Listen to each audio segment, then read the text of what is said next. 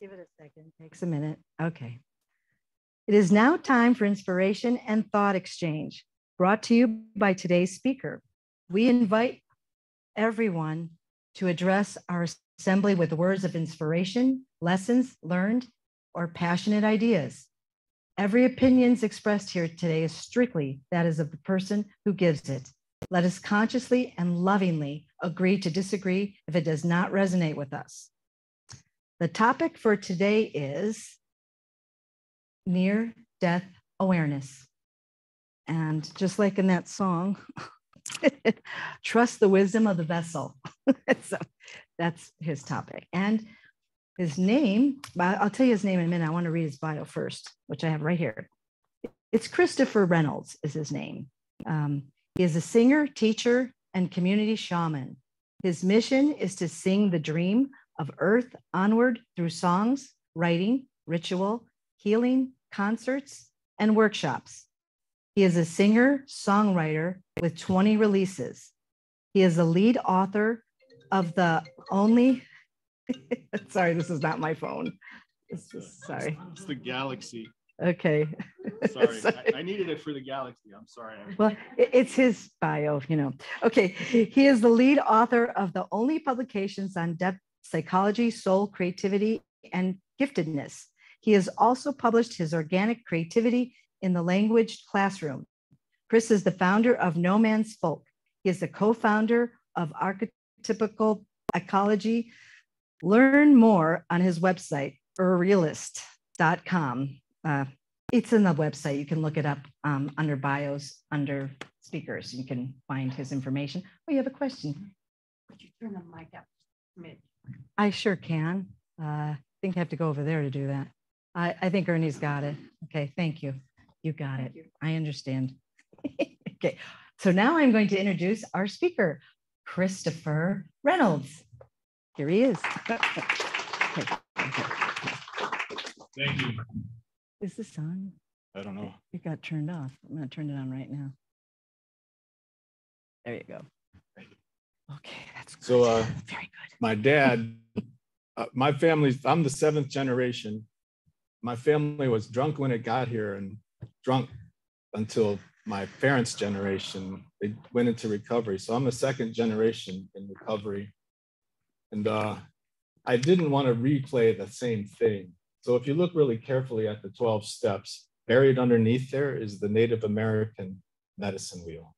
And the 12th step is just the indication that it's time to go back through again. And it's a pulse, you know? So when my dad was still drinking, we would go out sailing on this boat, and he would, if you're a kid, a sailboat is like living in hell. Like you can pee in the lake, that's kind of cool. You can like listen to a radio, you can drink your 2 cans of pop, which we would do in like 20 minutes. And then like now we're just like, so one day my dad's like, hey, so when he's drinking, he's like, hey, it sounds kind of like this. All right, Chris, come on back here. I need you to man the ship. Come back here and man the ship. I'm like, oh my God. And so like back there, now I'm like 9, I'm gonna man the ship. So if you can imagine the ship here, I guess the whole room is our ship. And I'm holding the stick that's connected to the rudder that guides the ship. He's like, all right, you see that lighthouse out there? You just keep it dead on that lighthouse. And so I'm like, okay, Dad. So I'm there, and so we're sailing, and the boat starts going this way, and I'm getting a little scared, and I pulled it this way, and then it's coming back this way, and I'm feeling a little better, but then it goes way over here. Then I go there, and it's coming back this way. And then all of a sudden, and then the whole boat starts going. And my dad's like, what the hell are you doing back there? And I'm like, Dad, I don't know. I never manned the vessel. I've never manned the vessel. So he's like, so he calms down. And so the whole universe comes into my father's hand, and it's warm, and he puts his hand on my hand. He says, Chris, just hold the course and just watch what happens. And so the boat starts to move, and he can feel me getting afraid. He says, just relax. So the boat comes over here, but then all by itself, it comes back. And then it goes over too far. And then it comes back. So when you're sailing, sailing is this. It's not that. It's this. So in 1995, my father was dying, and they said, he's out of his head. He's out of his head. He's crazy. He's like, he's lost. He's got too much calcium in his brain. There's too much calcium. So I'm talking to my dad, and he says, Chris, you got to call my mom. Call my mom. I go, okay, well, I will. And so I thought, you know, he's moving backwards in time. I thought he was moving backwards in time. And so there's a phone. So I acted like I was calling, and I said, hello, Mrs. Reynolds. Like, where? Your son is here. He's waiting for you. I said, well, where are you, Dad? And he's like, duh. So he's like, I'm in the Chicago train station. Well, Mrs. Reynolds, he's in the Chicago train station. He's waiting for you to pick him up. I put it down, and then he's okay. So I didn't know about what's called, it's called nearing death awareness. And if you learn this, you will be a gift to your family. I didn't know this. I just landed in it because just how it went down. So I want to just read what we term nearing death awareness is a special knowledge about and sometimes control over the process of dying. Nearing death awareness reveals that dying, what dying is like and what is needed in order to die peacefully. It develops in those who are dying slowly.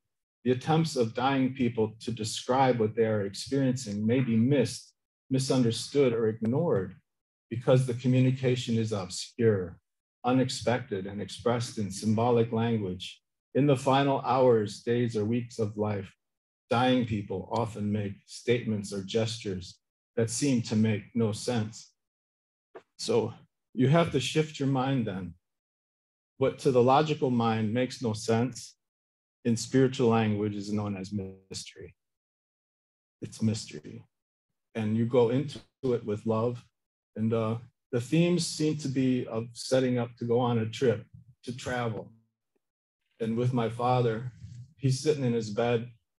And so he's doing this thing. He's holding his sheet of his bed and he's like doing this. I said, Dad, what are you doing? He says, I'm folding this sail. I'm folding the sail. I said, let me help you, Dad. Let me help you. So I just went to his sheet and I'm like doing that little thing he was doing. And he's like he's giving me the okay. And then he's over here with his IV. What are you doing, Dad? He says, securing this sheet. Now on a sailing boat, a rope is called a sheet. I'm securing the sheet. And I'm like, okay, Dad, let me do that. So I'm over here with his IV. I'm just doing the same thing. Now he's over here, he's holding the bed. You know those hospital beds, he's got the thing and he's there.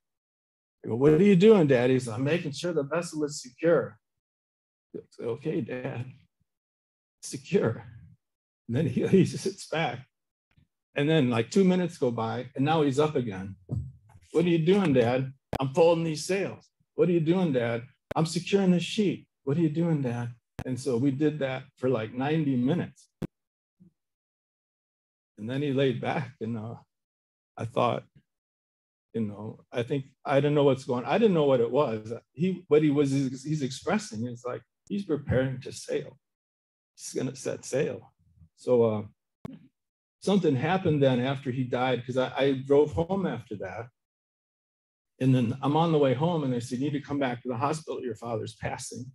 So I got there and he had already died. And then I think because I participated in it, now something is affecting me. I know I need to be by my father's body. And I asked my brother-in-law, will you sit with me? And so I had done enough men's work in the men's movement that you need to follow your grief. So I'm in the room just with my father's, he's still warm, and my brother-in-law. And I just start to weep. And I go down, down, down so far into this blackest black. And way in the depths of the darkness, it's funny. And I start laughing. And I'm like, what the hell's going on? Like, I'm looking, I'm like, ha, ha. I'm like laughing. And then I'm like all the way up again, and then I'm back down going. So I'm cycling. And if you looked at me, I might look like I'm hysterical, but I'm being true to my emotion. I'm being true to the water of feeling. I think this is the meaning of sobriety. Temperance means to be able to follow the water wherever it goes. And so I did that for a long time. And then when they were moving my father's body out, I stood up and then I escorted him out. And then days later, when it was time, it was like something is moving me. We took him to the crematorium and I said, can I put my father's body into the fire? He said, yes, Mr. Reynolds. And so in the machine there, they have a thing, and we were in the crematorium, and I pushed my father's body into the thing and closed the thing. And said, you can push that switch that will burn him. So I put my father's body into the ashes. And when you follow this, it's not just about, so I think you should get this book and just know that when you do this, you will know things that you didn't know that's going to come up in the moment that's also symbolic. You are engaged in a shamanic ritual. You are engaged in a ritual at that time. So to get healed, I wrote this song about my dad, and because he visits in dreams. And right before Christmas this last year, he appeared to my mother in the hallway, and he was happy and beautiful. And my mom is the most fundamentalist Catholic you could ever imagine. So she's kind of okay with that, except don't talk about it. But it just blessed all of us. So I'm gonna close with the song, Wisdom of the Vessel. This is the song that, the way I grieved my father's death. And I'm just retelling that story. He didn't say, trust the wisdom of the vessel. He said, hey, what in the hell are you doing back there? So this doesn't make a cool song to sing a song called What in the Hell Are You Doing Back There? So here you go. I'm gonna play this song right here.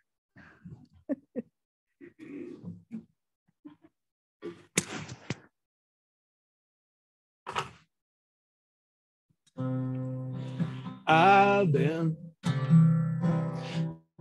weeping for a long time. My soul cried in dreams. My son,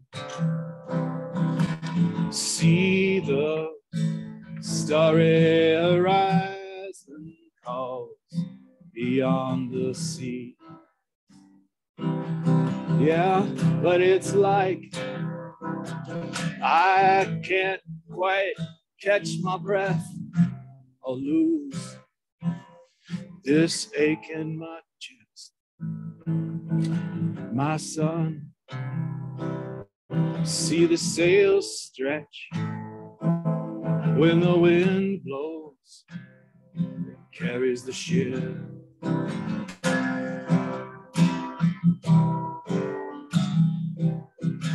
And trust the wisdom of the vessel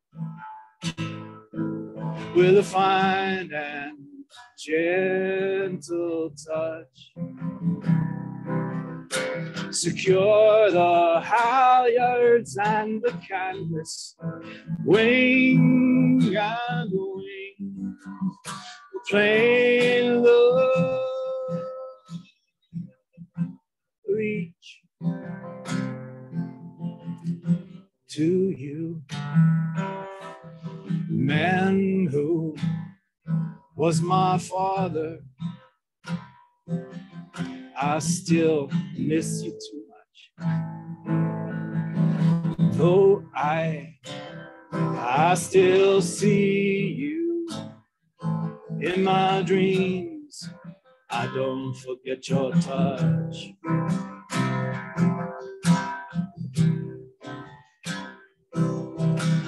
Trust the wisdom of the vessel with a fine and gentle touch. Secure the halyards and the canvas, wing and wing, plain love reach. My son, see the starry horizon beyond the sea. though I still see you, feel the life here. It's in you and me.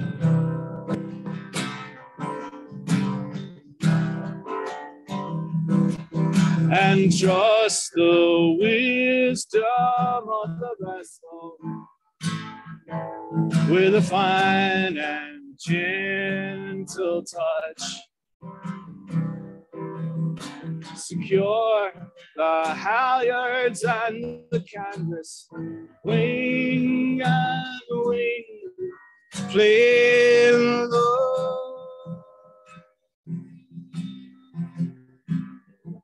Reach, trust the wisdom of the vessel.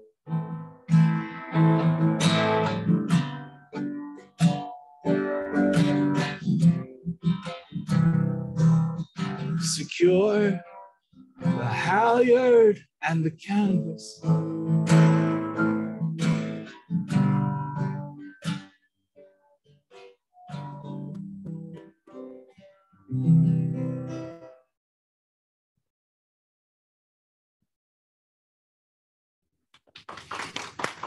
Thank you. We only have a kind of a minute to wrap it up. That's okay. Are you done? Yeah. Oh, I'm good. I'm good. I didn't know. I didn't know he was done. Thank you. All right. Does anyone have any questions for Christopher? Anybody? Yes. Yes, it was very beautiful. We'll have Fran go. No, I was just going to say the same thing. Oh. Deborah, Reverend Deborah. It'd be nice, sure.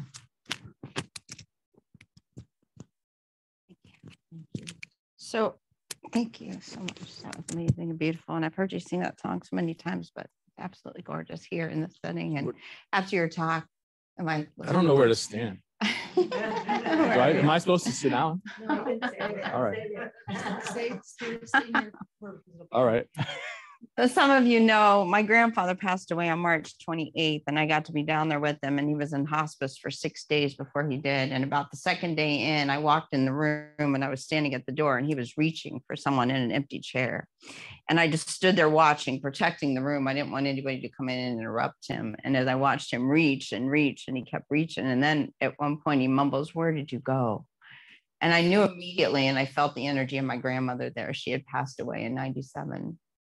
So the last day, it was hard watching him struggle with letting go. And we didn't really know his faith. Grandpa was a quiet man about who he was, but he was always there.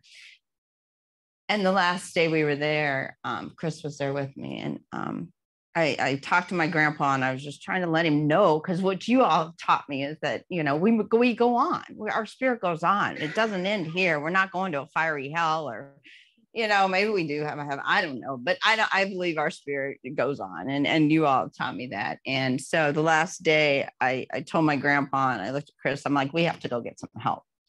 And so I went to my grandma's grave, and they have a dual headstone, and we brought flowers to her, and I introduced her to Chris, and we said some prayers, and we laid the flowers, and I said, Grandma, you really have to help him transition. I said, he's really holding on, and I'm not sure why. And I know he wants to go home, but we can't care for him at the house the way you can get cared for here. And it's been 6 days, and it's hard. And you start questioning yourself, are we doing the right thing? You know, and he didn't want any miraculous. He didn't want the feeding tube. He didn't want the healing. And I didn't even see you back there. Hi, Patricia.